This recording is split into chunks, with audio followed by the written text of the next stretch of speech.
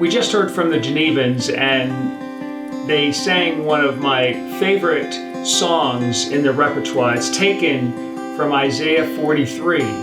The key phrase in the song that they sang is God saying to us, I have called you by name. You are mine.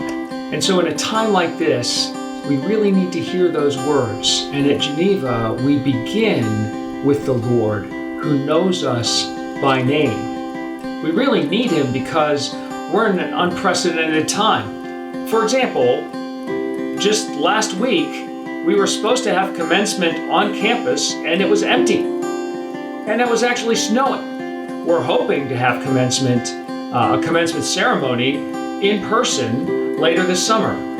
But we can't plan for that for sure yet because everything seems uncertain. Commencement is over. Our graduates actually have their degrees. The Board of Trustees has conferred the degrees upon them effective May 16th, and they are now alumni with us.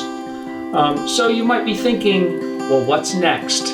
What is the fall going to look like for Geneva College? And one of the main things that I wanted you to hear from me today is that all of our planning and all of our preparation is towards starting school on campus this fall, in person. Of course, what that looks like will be very different than anything we've imagined before, and we're working out the protocols right now on how to make that happen. And so we are working on what it means to make Geneva College the safest place that we can be away from home. We'll have more on that as the summer progresses, as we communicate with you. But you might be wondering, how can this be happening?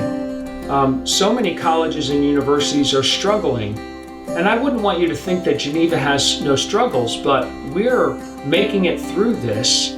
We actually have been built to take a hit like this.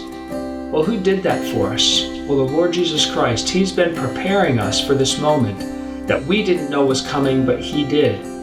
We've received wonderful gifts within the last year that we didn't anticipate. We've received help from the Federal CARES Act that has helped our students and helped the college. And we're in a position where we can survive this kind of hit because of careful planning, thoughtful, prudent leadership by the Board of Trustees over the last decade that puts us in a position where we have really limited, minimal debt as a college. Most importantly, we have people at every level that are deeply committed to the mission of Geneva College Pro Christo et Patria. In particular, our faculty and staff have done marvelous work to make the transitions we've needed to make. We've shown a kind of nimbleness and agility that people weren't sure that Geneva had in it, but we do.